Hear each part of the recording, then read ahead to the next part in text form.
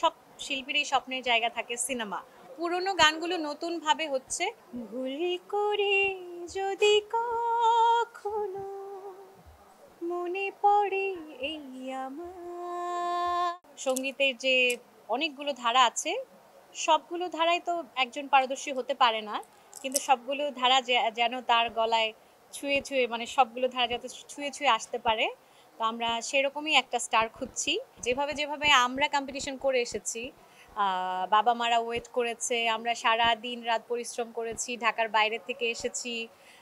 এমনও হয়েছে যে প্র্যাকটিস করতে করতে গান শেখা থেকে শুরু করে গ্রুমিং থেকে শুরু করে রাত ৩টা ৪টা বেজে গেছে, আবার পরের দিন 10টা থেকে আবার প্র্যাকটিসে বসেছি। তো এই সময়গুলো মনে পড়ে যাচ্ছে বারবার, আর খুব বেশি স্মৃতি কাতর হয়ে যাচ্ছি। আমি আসলে খুবই আশাবাদী।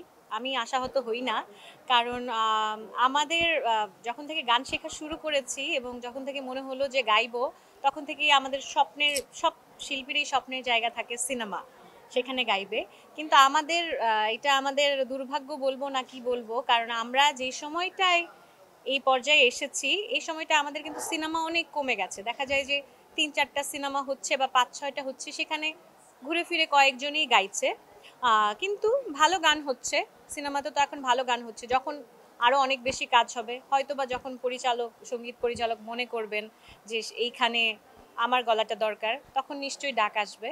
বাট আমি আশাবাদী যে সুন্দর গান হচ্ছে। তো অ্যালবামের সময়টা আসলে মিস করি, কারণ আমরা তো দেখা যেত ছোটবেলায় যখন আমি ঈদের পোশাক কিনতাম, তখন দেখা যেত তার পাশাপাশি আমার একটা অ্যালবামও কেনা হতো, কারণ গানের প্রতি কিনতাম, অনেকেরই কিনতাম, একটা বলে কিনতাম না, অনেকগুলো অ্যালবামই কিনতাম। টানা তৃতীয়বার অর্জন করেছে দেশের সেরা সুপার ব্র্যান্ড স্বীকৃতি বসুন্ধরা টিস্যু। যার গান ভালো লাগতো এমন অনেকেই আছে, সবার অ্যালবামই কেনা হতো। তো ওইটাও আমার একটা ঈদ উপহারের মধ্যে ছিল। এবং যখন দেখলাম যে আমার অ্যালবাম বের হচ্ছে, আমার একসাথে 12টা 14টা গান আমি শুনতে পাচ্ছি, সেটা আসলে অন্যরকম একটা ভালো ভালো লাগার জায়গা ছিল। বাট এখন প্রযুক্তির সময় আমরা অনেক কিছু ফাস্ট হয়ে গেছে। এখন আমরা একটা গান, একটা সলো গান শুনি, ওইটার মিউজিক ভিডিও দেখি।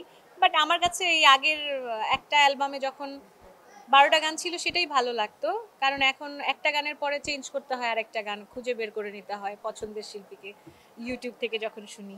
পুরোনো গানগুলো নতুনভাবে হচ্ছে, এটাও আমি সাধুবাদ জানাই, কারণ সাউন্ড তো চেঞ্জ হচ্ছে।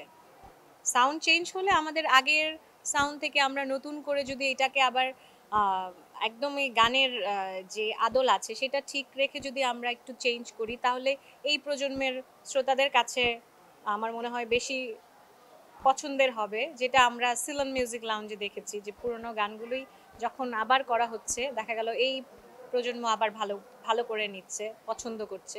তো এটা হতেই পারে। সবার প্রথম গেয়েছিলাম যখন আমি হারমোনিয়াম ওই টানতে পারতাম না, তখন আরেকজন ঠেলে ঠেলে দিত আর আমি প্লে করতাম। তখন বয়স মনে হয় 5-6 বছর হবে, আর গেয়েছিলাম একটা দেশের গান, মাগো আমি গাইব না, আর স্বাধীনতার গান। 2008-এর ক্লোজ আপ ওয়ানে বিজয়ী হওয়ার পরের যে স্টেজ, সেখানে সেটা আমাদের প্রথম শো ছিল ইউএসএতে। কোন স্টেটে এখন আমি মনে করতে পারছি না, বাট প্রথম গান আমার গাওয়া হয়েছে ভুল করে যদি কখনো কখন। এইটা হচ্ছে আমার প্রথম মৌলিক গান ছিল, ভুল করে যদি কখনো। এই গানটার কথা লিখেছে সাগর চৌধুরী, সুর সঙ্গীত করেছে এসআই টুটুল। ভুল করে যদি কখনো মনে পড়ে এই আমায়, নীরবে যদি ওই দুটি চোখ জলে ভেজে তোমার